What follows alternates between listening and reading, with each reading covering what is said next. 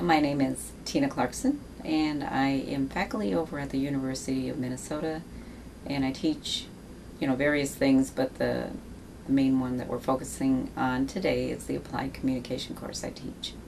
Several years ago, some students approached me about going on a South African trip, which is something the college has for the students, as an opportunity for them to go over and, in this case, look at wildlife.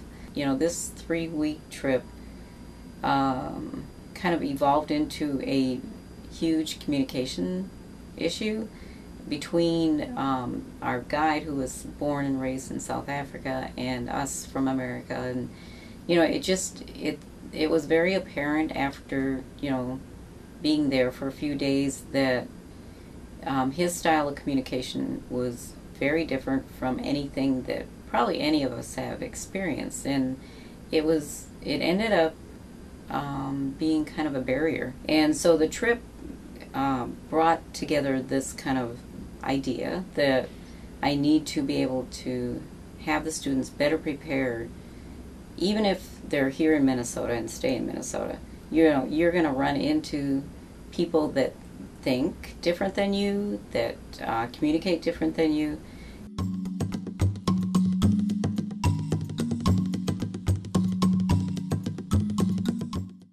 So Tina joined the Internationalizing Teaching and Learning cohort program in June 2012, and since then she has worked on internationalizing her applied communications course in the College of Veterinary Medicine. And she truly has transformed this course over the course of time. The ITL program, as we call it, is an initiative at the University of Minnesota to support faculty in the internationalization of the courses that they teach. Through a process of intentional course design or redesign, faculty who participate in the ITL cohorts integrate international, intercultural, and global elements into the course content, and more importantly, into their pedagogical approach. As a basis for the course changes, cohort members use DFINC's model of course design for significant learning, which follows the process of aligning course goals, assessment, and learning activities to promote authentic and meaningful learning. So in this course, my overarching goal, my main goal for the course, is for the students to become more culturally aware of themselves and others, and so that they can approach a situation where they have a deeper understanding of what someone might be thinking.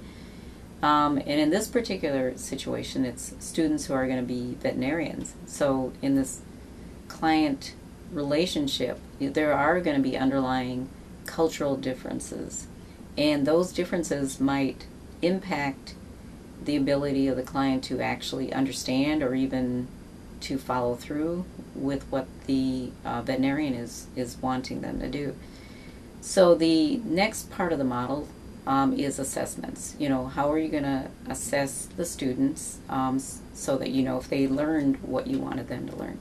And in this particular situation, the assessments were more related to the student reflecting, either within a small group or individually reflecting after an activity, which ended up being extremely valuable and insightful. And then the strategies is the next step, where you kind of step back and say, okay, what kind of activities would best make the point to the students as far as what they're learning. What activity is supportive of the learning that I wanted them to obtain. And actually, this is where the ITL cohort really helped a lot, because through this community of people that are well versed in international kind of experiences, they were able to help me develop a activity that would actually address this cultural awareness piece that I wanted the students to come away with. And so we kind of brainstormed and came up with several activities that would be supportive of the goal of basically getting the students to be more culturally aware.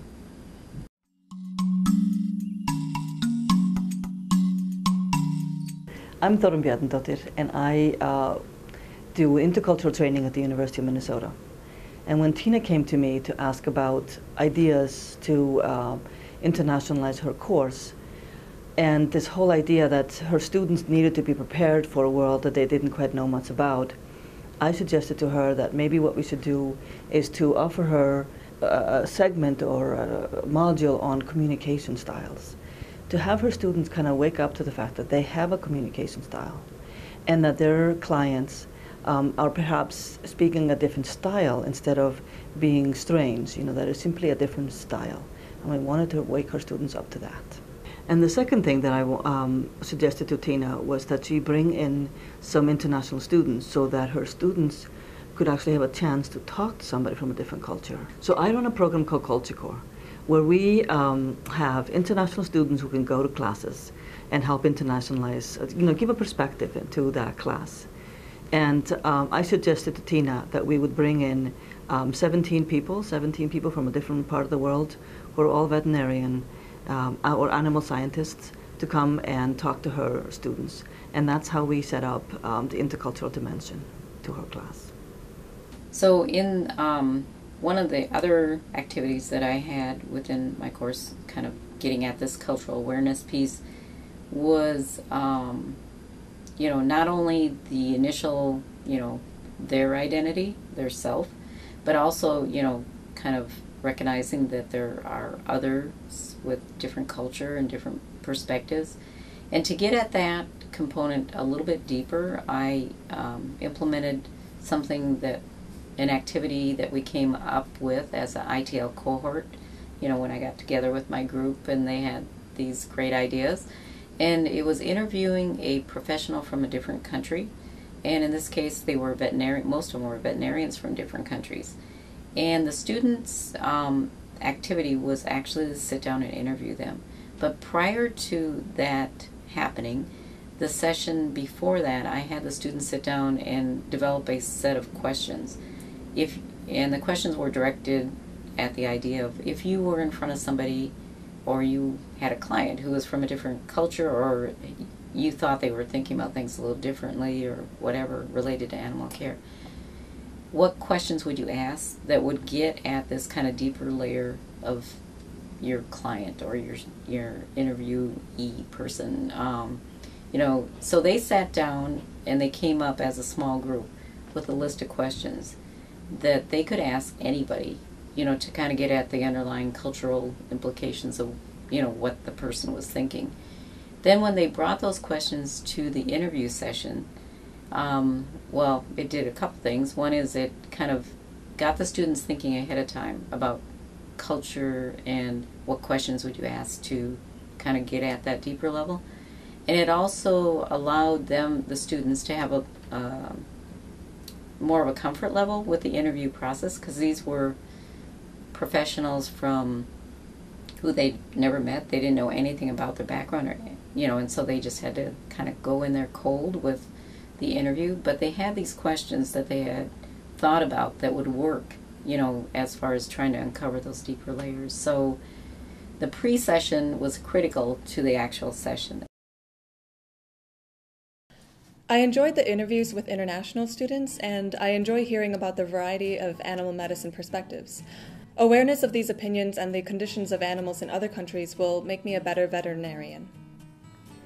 Throughout the semester, I have attempted to remain conscientious of my communication styles in different situations, and I believe that I have gained some valuable insight. While I have always been comfortable communicating with clients, I have appreciated the opportunities presented to us this semester that have pushed us outside of our own comfort zones.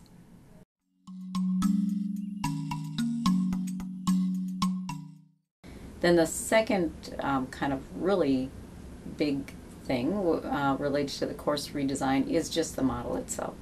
It just ended up being a very comfortable way to redesign a course, and a very logical way to assess what you're doing and to continually try to improve your course through this kind of method of the FINC course design model.